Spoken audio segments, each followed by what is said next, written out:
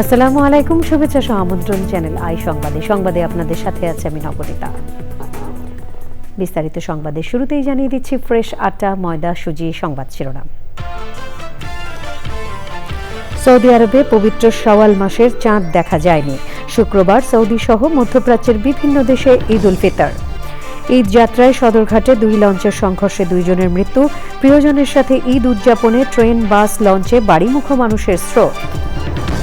Bogura সান্তাহারে Nilsagar express ট্রেনের 7 বগি লাইনচ্যুত হয়ে আহত অর্ধশতাধিক। যাত্রী দুর্ভোগ এড়াতে ব্যবস্থা নিতে প্রধানমন্ত্রীর নির্দেশ। নিরাপত্তা প্রধান লারিজানিকে হত্যার প্রতিশোধে তেল আবিবে ইরানের ক্লাস্টার বোমা হামলা। বন্দরে ফিরছে মার্কিন রণতরী জেরাল্ড ফোর্ড। জাতীয় চলচ্চিত্র পুরস্কার প্রাপ্ত অভিনেতা শামস সুমনের জানাজার নামাজে স্বজন, সহকর্মী, বিশিষ্টজনদের অংশগ্রহণ। গুণী শিল্পীর প্রতিভার কথা স্মরণ। এবং দিনাজপুরে অসহায় ও দরিদ্র মানুষের মাঝে ট্রাই ফাউন্ডেশনের খাদ্য সামগ্রী বিতরণ। মহৎ উদ্যোগে বিশিষ্টজনদের প্রশংসা।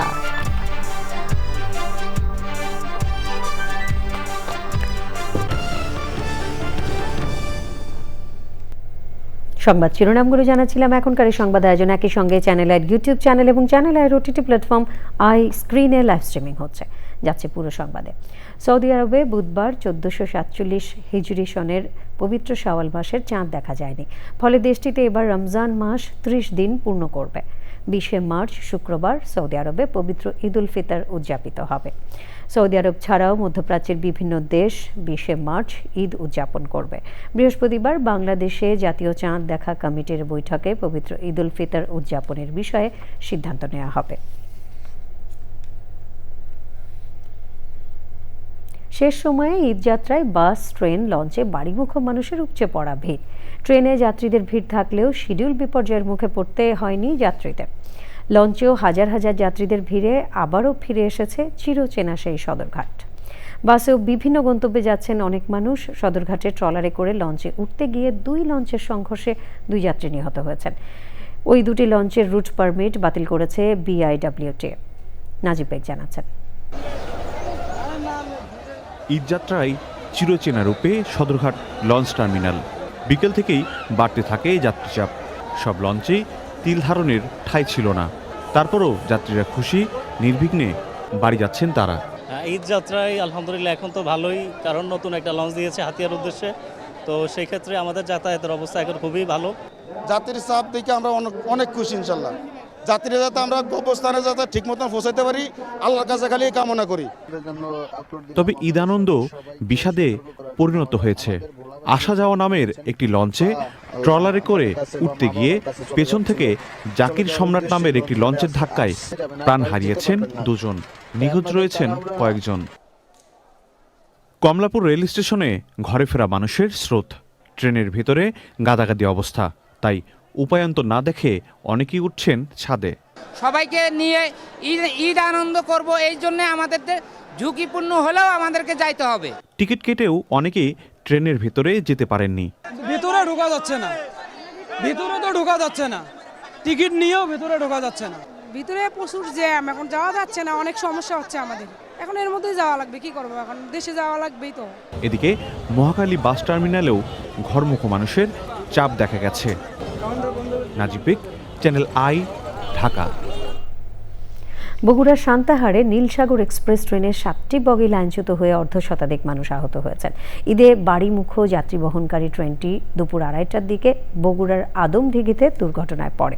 এতে উত্তরবঙ্গের সঙ্গে ঢাকার প্রধান রেলপথে ট্রেন চলাচল পুরোপুরি বন্ধ রয়েছে।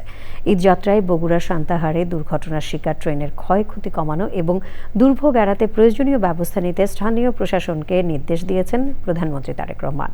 4 সদস্যের তদন্ত কমিটি গঠন করা হয়েছে। বগুড়ার সংবাদদাতা তথ্য ও ভিডিও চিত্রে শিহাব খান দিগন্তর রিপোর্ট। ঢাকা থেকে ছেড়ে যাওয়া নীলসাগর এক্সপ্রেস নীলফামারী যাচ্ছিল। দুপুর 2:30টার দিকে সান্তাহার জংশনের অদূরে বাগবাড়ি এলাকায় পৌঁছলে ট্রেনের পিছনের 7টি বগি রেললাইন থেকে ছিটকে পড়ে। এতে আহত হন অর্ধশতাধিক। আমরা বলছি যে এটা অতি তাড়াতাড়ি এটা ঠিক করা হোক। তারা কোনো কাজই করে না। রাতে হয়েছে এই অবস্থাটা, কাজ না করার জন্য আজকে এই অবস্থা। ধীরে ধীরে গেছে একটা ট্রেন, প্রথম সান্তারতে গেল সেই ট্রেনটা ওই মাঝখানে এসে আটকা দিছিল, দেওয়ার পর ওই ট্রেন আটকাইছিল। তারপর এখানে যে এই ফাটা গেছে ট্রেনটার এই লাইনটা, সেই লাইনে মনে করেন জোড়া দিছে, জোড়া দেওয়ার পর ওই হাতা বালিশ দেয়া। রেলের সঙ্গে যে একটা পয়েন্ট আছে, সেই পয়েন্টটা ট্রেন রেল আটকে রাখে। এই মানে একে বলা হয় গিজলি বা গোজা। এই জিনিসটা যদি সরে যায় তাহলে রেল বাঁকা হয়ে যাবে। তো এই ধরনের হয়তো আমার ধারণা হয়তো কোনো হিরোইন খোর বা নেশাখোর ছেলে পেলে পয়েন্ট খুলে দেওয়ার কারণে এখানে রেলটা ঝাঁকি মারছে। আহতদের নওগাঁ জেলা হাসপাতাল ও আদমদিঘি উপজেলা স্বাস্থ্য কমপ্লেক্সে ভর্তি করা হয়েছে। লাইনচ্যুত কম্পার্টমেন্টগুলো উদ্ধারে ঈশ্বরদী ও পার্বতীপুর থেকে 2টি রিফিল ট্রেন পাঠানো হয়েছে। এটা হয় তদন্ত টিম হয়েছে, আমি বললাম তদন্ত টিমে নির্ধারণ করবে কী করে হয়েছে। আর আমরা চেষ্টা করছি যে যেটা হবার হয়েছে এটা অবশ্যই তদন্ত করে সঠিক কারণটা বের করা হবে। আর এটার পরবর্তী যে এফেক্ট, যে জনগণের যে কষ্ট এবং যাত্রী সাধারণের যে কষ্ট, কারণ কেউ হয়তো যাবে পঞ্চগড়, কেউ হয়তো যাবে চিলাহাটি, তাদের যে কষ্ট সেটা লাঘব করার আমার সর্বোচ্চ চেষ্টায় থাকবো এবং সেই জন্য আপনাদের সহযোগিতা চাই। ট্রেন দুর্ঘটনার কারণ অনুসন্ধানে রেলওয়ের প্রধান পরিবহন কর্মকর্তার নেতৃত্বে 4 সদস্যের তদন্ত কমিটি গঠন সহ সান্তাহার রেলওয়ে স্টেশন সহকারী স্টেশন মাস্টার শহীদুল ইসলাম রঞ্জুকে সাময়িক বরখাস্ত করা হয়েছে। শিয়াব খান দিগন্ত, চ্যানেল আই। নির্বাচনের আগে যেসব প্রতিশ্রুতি দেওয়া হয়েছিল সে কাজগুলো শুরু করাই এই 1 মাসে সরকারের বড় সাফল্য বলে মনে করছেন বিএনপি মহাসচিব ও এলজিআরডি মন্ত্রী মির্জা ফখরুল ইসলাম আলমগীর। গুলশান কার্যালয়ে সাংবাদিকদের সঙ্গে মতবিনিময়ে তিনি বলেন, সরকার আত্মবিশ্বাসী, জনকল্যাণে এই প্রকল্পগুলো চলবে, আর্থিক সমস্যা হবে না। মধ্যপ্রাচ্যে যুদ্ধের কারণে সমস্যা তৈরি হলেও সরকার তা সফলভাবে মোকাবেলা করছে। ধৈর্য ধরে রাজনীতি ও গণতন্ত্রকে চলতে দিতে রাজনৈতিক দলগুলোর প্রতি আহ্বান জানিয়েছেন মির্জা ফখরুল। রাহুল রায় জানাচ্ছেন, ঈদ উল ফিতরের আগে গণমাধ্যম কর্মীদের সঙ্গে বিএনপি মহাসচিব ও এলজিআরডি মন্ত্রী মির্জা ফখরুল ইসলাম আলমগীরের মতবিনিময়। গুলশান কার্যালয়ে এই মতবিনিময়ে সমসাময়িক বিভিন্ন বিষয়ে কথা বলেন তিনি। প্রশ্নোত্তরে সরকারের 1 মাসের কর্মকাণ্ডও তুলে ধরেন। ফ্যামিলি কার্ড, সেই ফ্যামিলি কার্ডের যে পাইলট প্রজেক্ট যেটা আমরা শুরু করে দিয়েছি অলরেডি। এরপরে ছিল আমাদের 10,000 টাকা কৃষি ঋণ সুদ সহ মওকুফ, সেটা করা হয়ে গেছে। তারা দেশেই শুরু হয়েছে খাল খনন কর্মসূচি। আগামী 1 বৈশাখে হতে হবে কৃষক কার্ড দেওয়া হবে। তো these are very big achievements, এটা ছোটোখাটো কোনো ব্যাপার না আর কি। মানে একটা সম্পূর্ণ নতুন একটা সরকারের 30 দিনের মধ্যেই এই কাজগুলোকে সামনের দিকে এগিয়ে নিয়ে যাওয়া এবং একটা কমিটমেন্ট না বাস্তবায়নের দিকে এগিয়ে নিয়ে যাওয়া, এটা কিন্তু একটা বড় কাজ।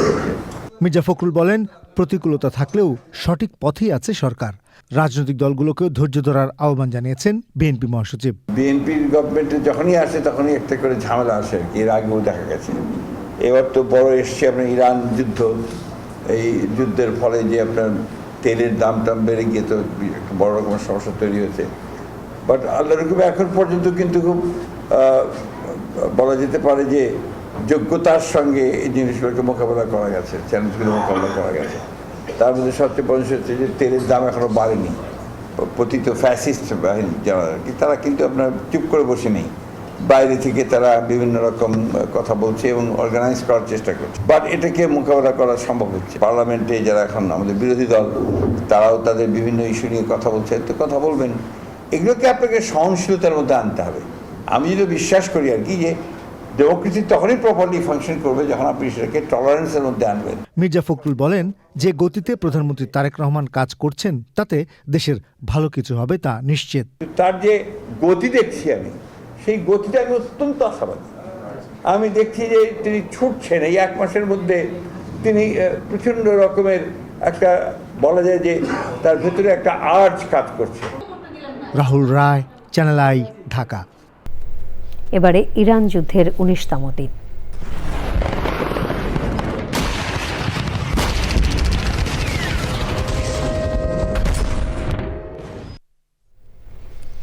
ইরানের জাতীয় নিরাপত্তা প্রধান আলী লারিজানি হত্যার প্রতিশোধ নিতে তেল আবিবে ক্লাস্টার ওয়ারহেড যুক্ত গুচ্ছবোমা হামলা চালিয়েছে তেহরান।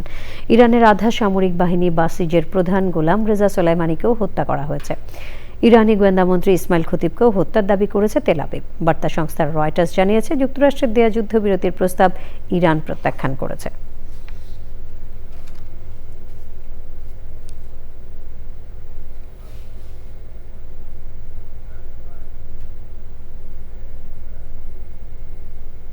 এবারে অন্যান্য সংবাদ। জাতীয় চলচ্চিত্র পুরস্কার প্রাপ্ত অভিনয় শিল্পী, চ্যানেল আইয়ের অনুষ্ঠান পরিচালক এবং রেডিও ভূমির স্টেশন চিফ শামস সুমনের প্রথম জানাজার নামাজ চ্যানেল আই প্রাঙ্গণে অনুষ্ঠিত হয়েছে। এতে অংশ নেন স্বজন, সহকর্মী, সাংস্কৃতিক ব্যক্তিত্ব, বিশিষ্টজনেরা। চ্যানেল আই কার্যালয়ে শামস সুমনের জন্য শোক বই খোলা হয়েছে। রাজশাহীতে দ্বিতীয় জানাজার নামাজ শেষে পারিবারিক কবরস্থানে তাঁকে দাফন করা হবে। মুস্তফা মল্লিক জানাচ্ছেন। আপনার কেসটা তো কোর্টে, তাছাড়া এসব বিষয় নিয়ে আমি বাড়িতে কথা বলা পছন্দ করি না। মঞ্চ, ছোট পর্দা কিংবা বড় পর্দা, অভিনয়ের প্রতিটি মাধ্যমে শামস সুমন রেখে গেছেন নিজের স্বতন্ত্র ছাপ, ভালোবাসা আর নিষ্ঠার গভীর স্বাক্ষর। কাল থেকে একটা নতুন টিউশনি শুরু হবে। মঙ্গলবার সন্ধ্যা 6:43 রাজধানীর ল্যাবেইড হাসপাতালে শেষ নিঃশ্বাস ত্যাগ করেন তিনি। রাতেই তাঁর নিথর দেহ নিয়ে আসা হয় প্রিয় কর্মস্থলে।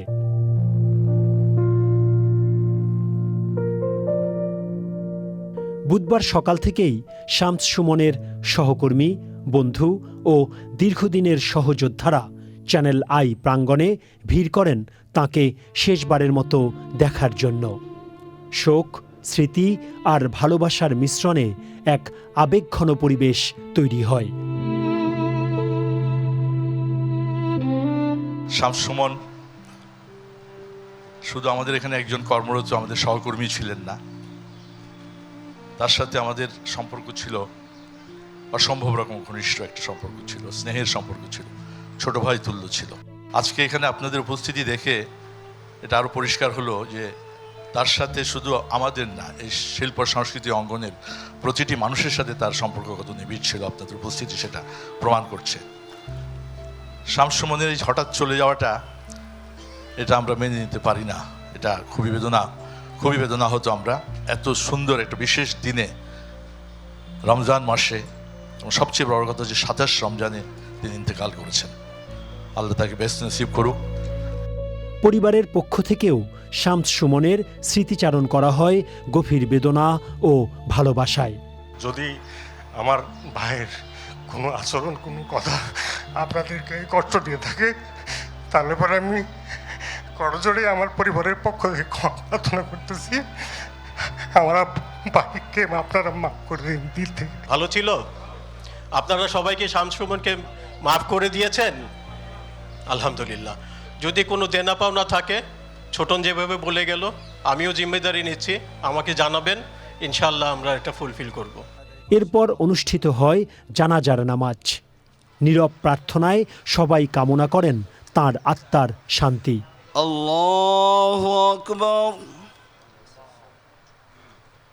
আল্লাহু আকবার,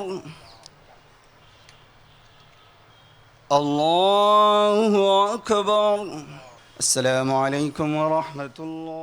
দীর্ঘদিনের সহকর্মী, বন্ধু এবং রাজশাহীর সহপাঠীরা ফুল দিয়ে শেষ শ্রদ্ধা জানান প্রিয় মানুষটিকে। আমাদের ওই সময়ের যে তারুণ্যের যে উজ্জ্বলতা, সেই সময় যেটা বহন করছিল, আজকের এই মৃত্যুর আগ পর্যন্ত তাকে সেরকমই প্রাণবন্ত দেখেছি। 82, 83, 84 থেকে 90 পর্যন্ত সুমন যেমন স্বর্ণনের সঙ্গেই সেখানে ছিল। আমরা 90-এর আন্দোলনের সময়ও সুমন রাজশাহী বিশ্ববিদ্যালয় সাংস্কৃতিক জোটের সঙ্গে ওতপ্রোতভাবে যুক্ত ছিল। যে প্রতিষ্ঠানে তিনি নিষ্ঠা, সৃজনশীলতা ও ভালোবাসা দিয়ে নিজেকে উজাড় করে দিয়েছেন, সেই প্রিয় কর্মস্থল থেকেই বিদায় নিলেন নিঃশব্দে, অসংখ্য মানুষের ভালোবাসায় সিক্ত হয়ে। শ্রদ্ধা ও ভালোবাসায় স্মরণ শামস সুমন। Mostafa Mallik, channel I, Dhaka. প্রয়াত অভিনেতা শামস সুমনকে শেষবারের মতো দেখতে চ্যানেল আই প্রাঙ্গণে এসেছিলেন সাংস্কৃতিক অঙ্গনের শিল্পীরা।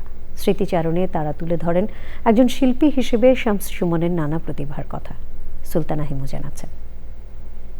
মঞ্চ, রেডিও, টেলিভিশন, চলচ্চিত্র প্রায় সব মাধ্যমেই সরব উপস্থিতির এক অনন্য নাম জাতীয় চলচ্চিত্র পুরস্কারপ্রাপ্ত অভিনেতা ও আবৃত্তিকার শামস সুমন। নাট্যাঙ্গন ও চলচ্চিত্র অঙ্গনের সহকর্মীদের মতে প্রাণবন্ত আর আড্ডাবাজ একজন মানুষ ছিলেন অভিনেতা শামস সুমন। শিল্পীদের মানসিক শক্তি বাড়ানোর অদ্ভুত শক্তি ছিল তার। তাকে শেষবারের মতো দেখতে এসে কান্নায় ভেঙে পড়েন কাছের সেই সহকর্মীরা। এত ভালো একটা ছেলে ছিল, আসলে ভালো মানুষরা মানে পৃথিবীতে থাকে না। ও আমার একদম ছোট ভাইয়ের মতো, একদম প্রায় বলা যায় কোলে পিঠে করে মানুষ করেছি আমি ওকে। আল্লাহ ওকে ভালো রাখুক। আর এমন দিনে চলে গেল 27শে রমজানের দিনে, ভাগ্যবান। এটাই শেষবার যে আমরা চিন্তা করব যে সুমন ভাই আমাদের মাঝখানে আছেন। এরপরে আমরা আর কখনো একসাথে শুটিং করব না, আমরা কখনো আর মেকআপ রুমে হাসাহাসি দুষ্টামি করব না। পরিবার ছিল বাইরে, বা অনেক সময় লোনলিনেসটা ওর সব কিছু মিলে আমরা বুঝিনি।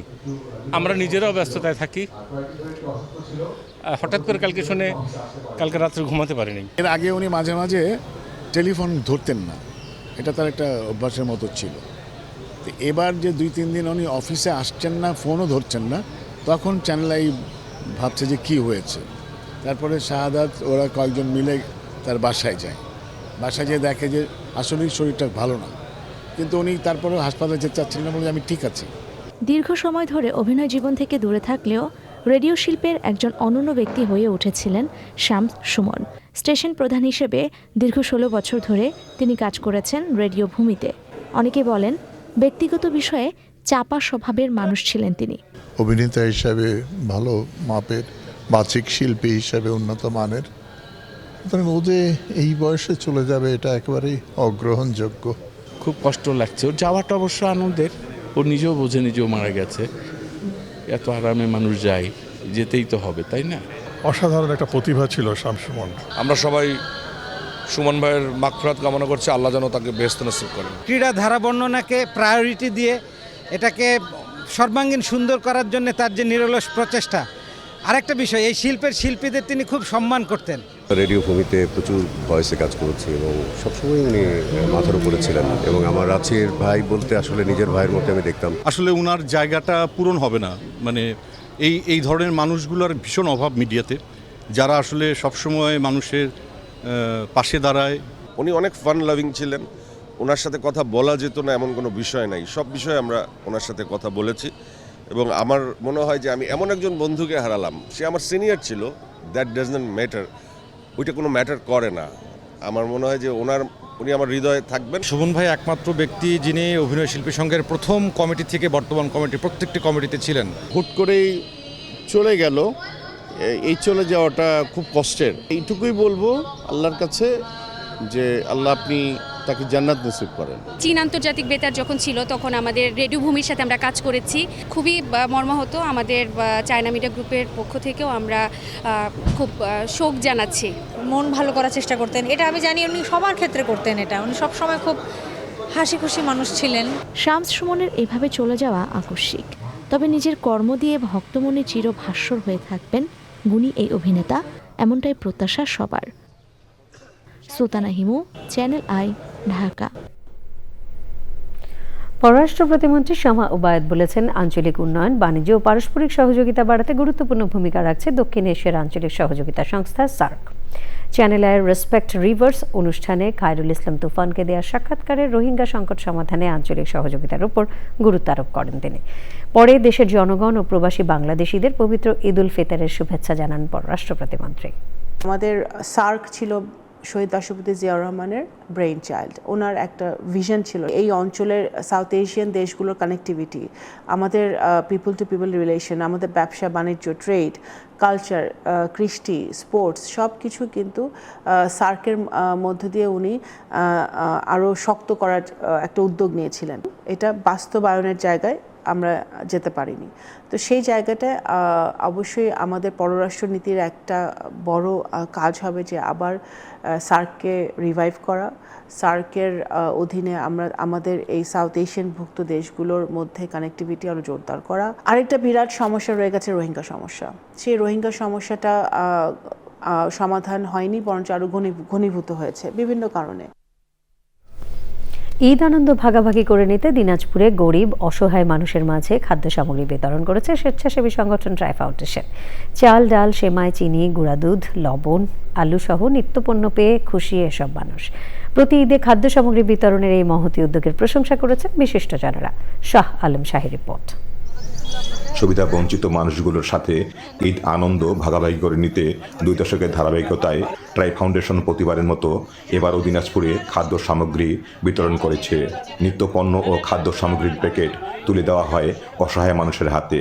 আমরা ঈদে যে পাইলাম আমরা খুব খুশি। ঈদের ভিতরে সুন্দর আনন্দ করে খাবো বাচ্চা কাচ্চা নিয়ে, হ্যাঁ, এই জন্য আমরা খুব খুশি। তা আমরা এটার জন্য সব বাচ্চা কাচ্চা নিয়ে আমরা সুন্দরভাবে ঈদ উপলক্ষে আনন্দ করি। এই যে ঈদের আমরা খাওয়া পাইলাম, বছর পাই, এবারও পাইছি।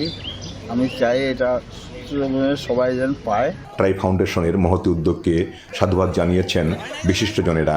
ঈদের এই খুশিতে বিশেষ করে সবাইকে একসাথে একত্রিত করার যে উদ্যোগ, আমি এই উদ্যোগকে স্বাগত জানাই এবং আগামীতেও এইভাবেই এই প্রতিষ্ঠান চলবে আমি বিশ্বাস করি। সামনে ঈদ উল ফিতরের উপলক্ষে আমরা ট্রাই ফাউন্ডেশন চেষ্টা করেছি সকল মানুষকে নিয়ে একসাথে ঈদ করা, তারই জন্য আমাদের ছোট্ট একটি সহযোগিতা। ঈদ উল ফিতর উপলক্ষে যে ট্রাই ফাউন্ডেশন যে বিতরণ করতেছে, ঈদ সামগ্রী বিতরণ করছে, এটা খুবই ভালো উদ্যোগ। ঈদ আনন্দ ভাগাভাগি করে নিতে সুবিধা বঞ্চিত মানুষের পাশে দাঁড়ানোয় ট্রাই ফাউন্ডেশনকে ধন্যবাদ জানিয়ে সন্তোষ প্রকাশ করেছেন দিনাজপুর সদর আসনের সংসদ সদস্য সৈয়দ জাহাঙ্গীর আলম। সরকারের পাশাপাশি এই বিত্তবান মানুষগুলো যদি এগিয়ে আসে তাহলেই কিন্তু আমাদের ঈদটি একটা সার্থক এবং আনন্দঘন পরিবেশে আমরা সকলে মিলে ঈদ উপভোগ করতে পারব। ভবিষ্যতেও নানাভাবে সহায়তা কার্যক্রম নিয়ে সমাজের সুবিধা বঞ্চিত মানুষের পাশে থাকার কথা জানিয়েছে ট্রাই ফাউন্ডেশন। দিনাজপুর থেকে শাহ আলম শাহী, চ্যানেল আই। 150 বছরেরও বেশি পুরনো ঐতিহ্যবাহী পাবনা জেলা স্কুলে নবীন প্রবীণ শিক্ষার্থীদের পুনর্মিলনী হয়েছে। পাবনা জেলা স্কুল অ্যালামনাই অ্যাসোসিয়েশনের উদ্যোগে পুনর্মিলনীতে 1957 থেকে 2025 সালের এসএসসি ব্যাচের শিক্ষার্থীরা অংশ নেন। প্রাক্তন শিক্ষার্থীদের পদচারণায় মুখরিত হয়ে ওঠে জেলা স্কুল প্রাঙ্গণ, পরিণত হয় মিলন মেলায়। পাবনা থেকে আরও জানাচ্ছেন আখতারুজ্জামান আক্তার।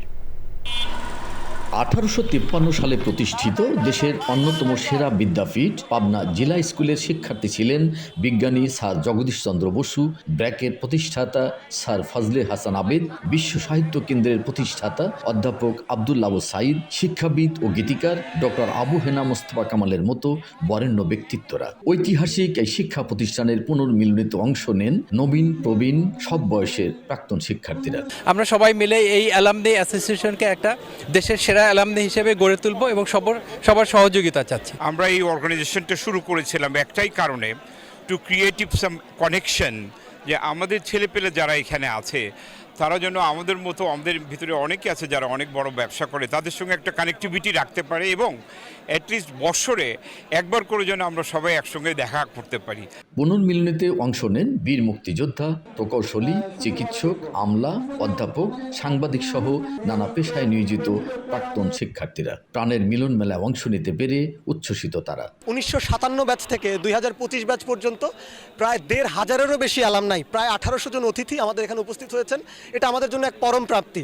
আমাদের প্রাণের স্কুল, এখানেই আমরা বড় হয়েছি, এখানেই শিক্ষা নিয়েছি, এখানে শরীর গঠন করেছি, এখান থেকেই মুক্তিযুদ্ধের আন্দোলন করেছি। সবারই প্রত্যাশা প্রতি বছরই যেন এই মিলন মেলার আয়োজন করা হয়। প্রাণবন্ত সবাই উৎসাহীভাবে, এত বড় আয়োজন খুব সুন্দর লাগছে এখানে এত বছর পর এসে। এটা একটা প্রাণের মেলা এবং সবার পরিচয় জেলা স্কুল। সত্যি কথা বলতে কি যে আমরা একটু স্মৃতিকাতর হয়ে গেছি, যে এখানে এসে দীর্ঘদিন পর আমাদের সতীর্থদের, বিশেষ করে আমাদের সিনিয়রদের যাদের সঙ্গে দেখা হয় নাই বললে চলে। আমরা মনে করি যেমন ঈদ একটা আনন্দের ব্যাপার, আমাদের অ্যালামনাই অ্যাসোসিয়েশনের আজকের এই উদ্যোগ বা আমাদের এই মিলন মেলাটাও আমরা মনে করি তেমন একটা আনন্দের ব্যাপার। পুনর্মিলনীতে ছিল ইফতার ও দোয়া মাহফিলের আয়োজন। পাবনা থেকে Akhtaruzzaman Akhtar, Channel I. America, New York সহ বিভিন্ন শহরে বসবাসরত বেশিরভাগ বাঙালিরা এখন নিজ নিজ আঙিনায় নিয়মিত কৃষির চর্চা করেন, যার মাধ্যমে দূর দেশে থেকেও তারা দেশের মাটি, ফল ফসল আর সংস্কৃতির সঙ্গে গড়ে তোলেন এক অদৃশ্য বন্ধন। এমনই এক প্রবাসী বাঙালির আঙিনা কৃষি নিয়ে আরও জানাচ্ছেন শেখ সিরাজ। আমেরিকার নিউ ইয়র্কে প্রায় 2 দশকেরও বেশি সময় ধরে বসবাস করছেন দুলাল বেহুদু আর আসিয়া আক্তার দম্পতি। বাড়ির ফাঁকা জায়গায় তারা গড়েছেন বিচিত্র সবজি, ফুল আর শৌখিন উদ্ভিদে সাজানো আঙিনা কৃষি, যা তাদের প্রবাস জীবনেও এনে দিয়েছে স্বদেশের স্বাদ। প্রথমবার যেখানে গার্ডেন করি মূলত আমি চায়না থেকে চারা আনাইছি, যেটা আগের দিনে মানে বিগিনিং এত ইজি ছিল না গাছগুলি আনা আর কি, চায়না থেকে আনা হয়েছে। কিন্তু এখন তো অ্যাভেলেবল পাওয়া যায়, বিশেষ করে জ্যাকসন হাইড, আমরা নিউ ইয়র্কে থাকি, সব ধরনের চারা। এই মরিচটা খুবই স্পাইসি, যারা ঝাল পছন্দ করেন তাদের জন্য। পুঁই শাকটা খুব ইজিলি নিউ ইয়র্কে হয়, মাশাআল্লাহ। এইটা আমাদের বিলাতি ধনেপাতা। উৎপাদিত সবজি পরিবারের চাহিদা মিটিয়েও তারা ভাগাভাগি করেন প্রতিবেশীদের সঙ্গে। আমাদের ছোট পরিবার, আমাদের কত সবজি লাগে না, অতিরিক্ত সবজি যা হয় আমাদের কমিউনিটি বন্ধু বান্ধব যারা আছে নিউ ইয়র্কে তাদেরকে, তারা খুব আনন্দ পায়। এই উদ্যোগের মাধ্যমে প্রবাসে বেড়ে ওঠা নতুন প্রজন্মের কাছে তারা পৌঁছে দিতে পারছেন দেশের ফল ফসল, কৃষি সংস্কৃতি আর শেকড়ের গল্প। শাইখ সিরাজ, চ্যানেল আই। প্রধানমন্ত্রী তারেক রহমানের নির্বাচনী এলাকা ঢাকা 17 আসনে ইফতার মাহফিল হয়েছে। রাজধানীর গুলশান মডেল হাই স্কুল প্রাঙ্গণে প্রধানমন্ত্রীর পক্ষ থেকে ইফতার মাহফিলে ছিলেন সহকারী একান্ত সচিব আব্দুর রহমান সানি। ইফতার মাহফিলে গুলশানের বিভিন্ন শ্রেণী পেশার মানুষ অংশ নেন।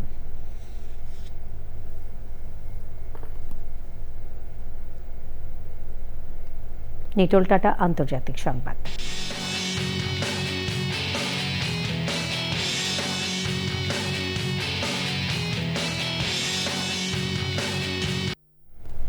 যুক্তরাষ্ট্রে অবৈধভাবে অবস্থানকারী অভিবাসীদের স্বেচ্ছায় দেশ ত্যাগে নতুন কর্মসূচি ঘোষণা করেছে মার্কিন স্বরাষ্ট্র নিরাপত্তা বিভাগ DHS।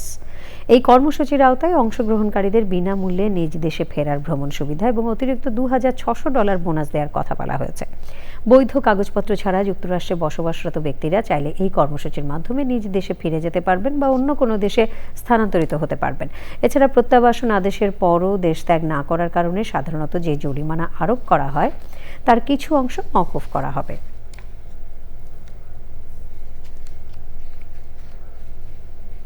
এবারে ঢাকা ব্যাংক PLC বাণিজ্য সংবাদ।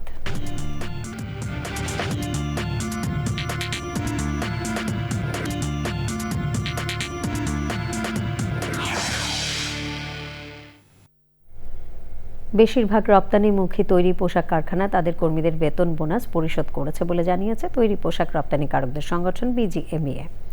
রাজধানীর উত্তরায় BGMEA কমপ্লেক্সের সংবাদ সম্মেলনে ঈদ উপলক্ষে বেতন বোনাস পরিশোধের সবশেষ তথ্য জানানো হয়। BGMEA সভাপতি মাহমুদ হাসান খান জানান, ঢাকা ও চট্টগ্রামের 2127টি সদস্য কারখানার বেশিরভাগ কারখানা ফেব্রুয়ারি মাসের বেতন এবং ঈদ বোনাস পরিশোধ করেছে। বেতন বোনাস পরিশোধে সরকারের সহজ শর্তে ঋণ প্রদান এবং 2500 কোটি টাকা নগদ অর্থ সহায়তা ছাড়ের কারণে এটা সহজ হয়েছে। তবে 780টি ফ্যাক্টরি ঋণ সহায়তা না নিয়েই বেতন বোনাস পরিশোধ করেছে বলে জানানো হয় সংবাদ সম্মেলনে। মুক্তিযুদ্ধ বিষয়ক প্রতিমন্ত্রী ইঞ্জিনিয়ার ইশরাক হোসেন বলেছেন, ফ্যাসিবাদ বিরোধী ও গণতন্ত্র পুনরুদ্ধারের আন্দোলনে গুম হওয়া পরিবারের সদস্যদের পুনর্বাসন করবে সরকার। গণহত্যা ও গুম খুনে জড়িতদের বিচার নিশ্চিত করা হবে। গুম খুনের বিচার করতে ব্যর্থ হলে রাষ্ট্র আবারও অস্তিত্বের হুমকিতে পড়বে বলে মন্তব্য করে সড়ক ও রেল প্রতিমন্ত্রী হাবিবুর রশিদ হাবিব বলেন, দেশের গণতান্ত্রিক ধারা অব্যাহত রাখতেই সব হত্যাকাণ্ডের বিচার করতে হবে। আক্তার হোসেন জানাচ্ছেন, আমরা আমাদের বাবাদের খোঁজ চাই, এভাবে আর কান্না করতে চাই না, এভাবে আর কথা বলতে চাই না। আমরা ছোট থেকে বড় হয়ে গেছি এভাবে কথা বলতে বলতে। ফ্যাসিবাদী আমলে গণতন্ত্র পুনরুদ্ধারের আন্দোলন এবং জুলাই আগস্ট ছাত্র জনতার গণ অভ্যুত্থানে শহীদ পরিবারের সদস্যদের মাঝে ঈদ উপহার বিতরণ করে ছাত্রদল ঢাকা মহানগর দক্ষিণ। এ সময় গণহত্যা ও গুমের শিকার ব্যক্তিদের পরিবারের পুনর্বাসনের কথা বলেন মুক্তিযুদ্ধ প্রতিমন্ত্রী ইঞ্জিনিয়ার ইশরাক হোসেন।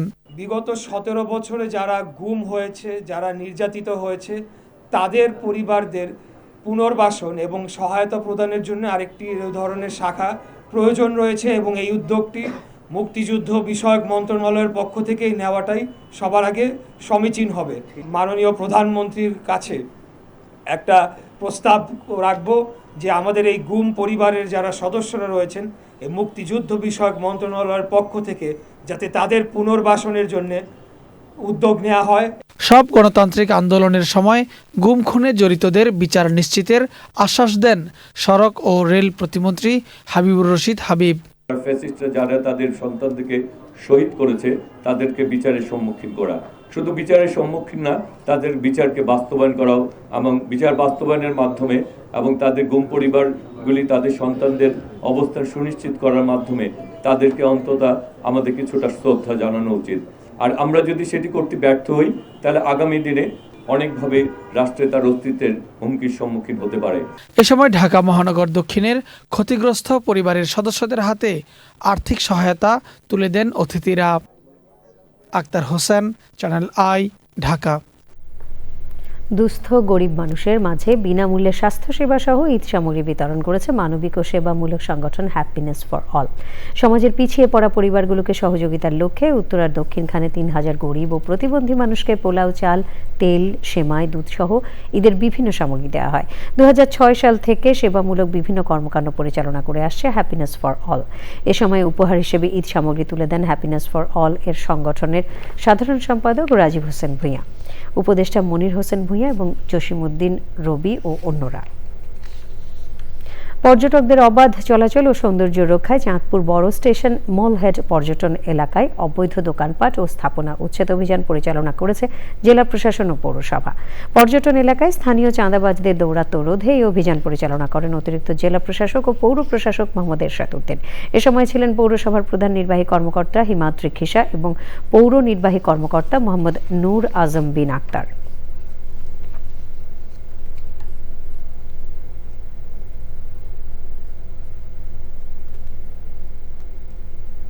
ডেঙ্গু সহ মশাবাহিত বিভিন্ন রোগ প্রতিরোধে জনসচেতনতা বাড়াতে কুড়িগ্রামে র্যালি ও সমন্বিত পরিষ্কার পরিচ্ছন্নতা অভিযান হয়েছে।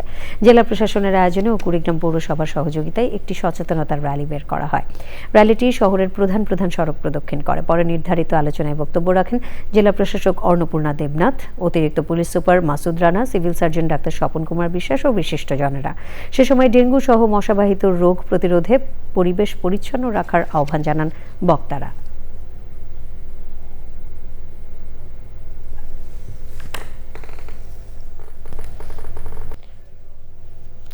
তেজগাঁও সরকারি শিশু পরিবার নিবাসে ইফতার ও দোয়া মাহফিল এবং ঈদের খাদ্য সামগ্রী উপহার প্রদান করেছে বাংলাদেশ সাংবাদিক ঐক্য পরিষদ বিজেইউসি।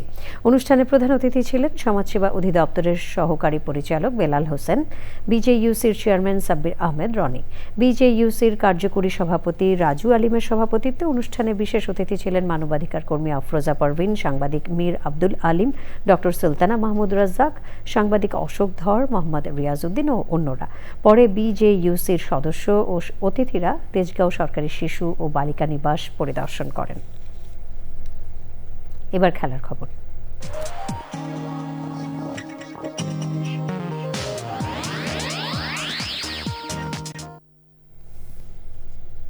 পাকিস্তানের বিপক্ষে ওয়ানডে সিরিজ জয়ের পর ব্যক্তিগত পারফরমেন্সের সুখবর পেয়েছে বাংলাদেশের ক্রিকেটাররা।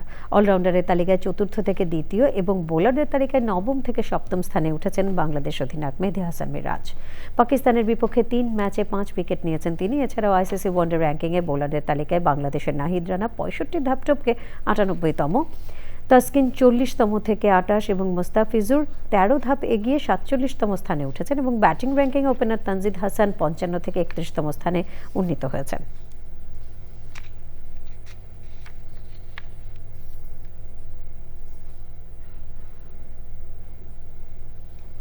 ইতিহাসের এক নজিরবিহীন ও নাটকীয় ঘটনার সাক্ষী হলো ফুটবল বিশ্ব। আফ্রিকা কাপ অফ নেশনস আফকনে মরক্কোকে হারিয়ে সেনেগাল চ্যাম্পিয়ন হয়েছিল কিছুদিন আগে। তবে সেনেগালের সেই চ্যাম্পিয়ন তকমা ছিনিয়ে নিয়ে মরক্কোকে নতুন চ্যাম্পিয়ন ঘোষণা করেছে আফ্রিকান ফুটবলের নিয়ন্ত্রক সংস্থা confederation of African football calf.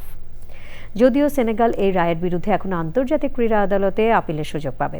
গত 18 জানুয়ারি ফাইনালের ম্যাচে মরক্কোর পক্ষে একটি পেনাল্টি দেন রেফারি।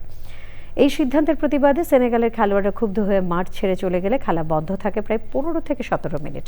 মরক্কোর ব্রাহিম দিয়াজ সেই পেনাল্টি মিস করেন এবং অতিরিক্ত সময়ে গোল করে সেনেগাল শিরোপা জেতে।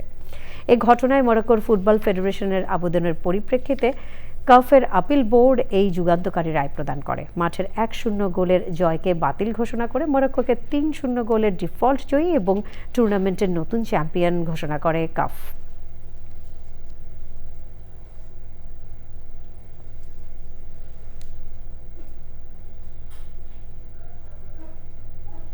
এ পর্যায়ে জানিয়ে দিচ্ছি দেশের 8 বিভাগের 29 রমজানের সেহরি এবং ইফতারের সময়সূচি। ঢাকা সেহরির শেষ সময় 4:48, ইফতার 6:11। চট্টগ্রাম সেহরির শেষ সময় 4:42, ইফতার 6:05। খুলনা সেহরির শেষ সময় 4:51, ইফতার 6:14। বরিশাল সেহরির শেষ সময় 4:47, ইফতার 6:11। ময়মনসিংহ সেহরির শেষ সময় 4:46, ইফতার 6:11। রাজশাহী সেহরির শেষ সময় 4:53, ইফতার 6:18। রংপুর সেহরির শেষ সময় 4:50, ইফতার 6:15। সিলেট সেহরির শেষ সময় 4:39, ইফতার 6:04।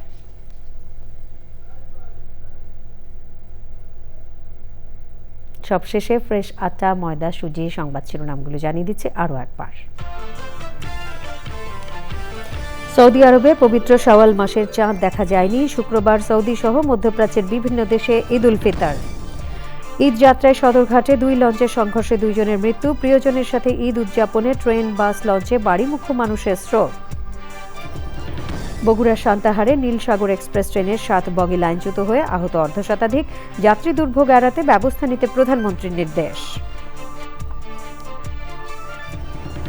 নিরাপত্তা প্রধান লারিজানিকে হত্যার প্রতিশোধে তেল আবিবে ইরানের ক্লাস্টার বোমা হামলা। বন্দরে ফিরছে মার্কিন রণতরী জেরাল্ড ফোর্ড।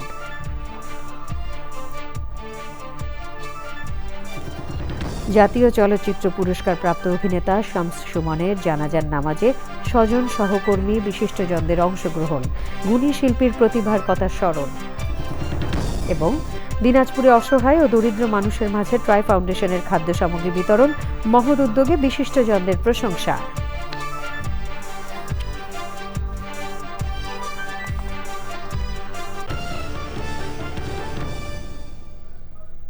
প্রিয় দর্শক, চ্যানেলে সবশেষ সংবাদ জানতে ভিজিট করুন চ্যানেলে online.com-এ। যুক্ত থাকুন আমাদের সোশ্যাল মিডিয়া প্ল্যাটফর্মগুলোর সাথে। সংবাদে এতক্ষণ সাথে থাকার জন্য সকলকে ধন্যবাদ।